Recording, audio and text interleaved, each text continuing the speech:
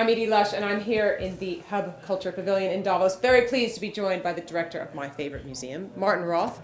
You can't roll your eyes. The Victorian Albert Director of the V&A No, I don't do Museum. it. But I want someone to tell me in that situation, I'm your favorite director. And it's my always favorite the music. director. Yeah. Tell me, it's really interesting, I think, that you're German nationality running a British museum. This is the first time this has happened? That's the very first time. Yeah, I think I'm even the first non-British citizen, and being German on top of it makes it really very exciting. So what kind of opportunities or does that present to you? Being not British? International museums? I think, I'm just an example. I'm not something like a prototype. Honestly, I'm an example for a movement, for a change in the cultural field. We are all truly international. We are all working in different places of the world. We are very well connected. Let's say there are about between maybe 60 or 80 major museums really around the globe, and they work very closely together. That's a strength. That's power.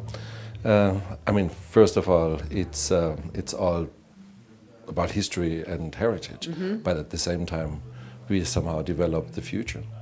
I think it's interesting at the V&A, the focus on design, and I've been speaking to a lot of people about the importance of design and technology in today's world. It seems to be even more important. What do you think about that? It's part of the DNA of the V&A. From the beginning, it was an really amazing invention of Prince Albert after the first expo, the first World's Fair. Education, design, creating new ideas, talking about creativity, and at the same time have one of the most beautiful collections in a museum in Europe.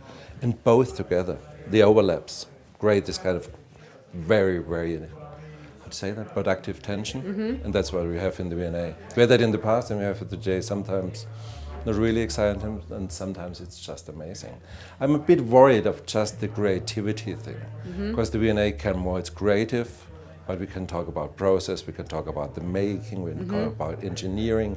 It's not only about ideas. If it's just knowledge, I'm not sure if this is enough. We have a lot of, in our history, we have a lot of the museum, we have a lot of knowledge how to make things and how things happening. I'm always a bit worried about the creative process. It sounds a little bit like the Holy Ghost coming over you, and then you know how it happens. No, it's knowledge, it's intellect, it's muscles, you have to do it.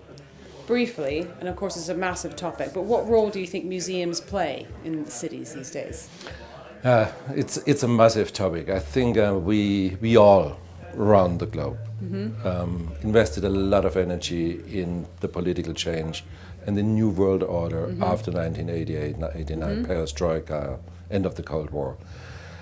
We did amazing things in Russia, in China, vice versa, explaining to each other who we are, what we are doing. It created a new identity, a new global identity. 25 years later, I think we have to think about new identities and new methods and the way we work together. And part of it is the economy, it's the power that we have. We are running cities, we are running tourism, we are running research institutes. And I'm not sure if we always seen like that. Even here in Davos, I think we are a bit the program for partners and spouses. Right. Say that. Not true business.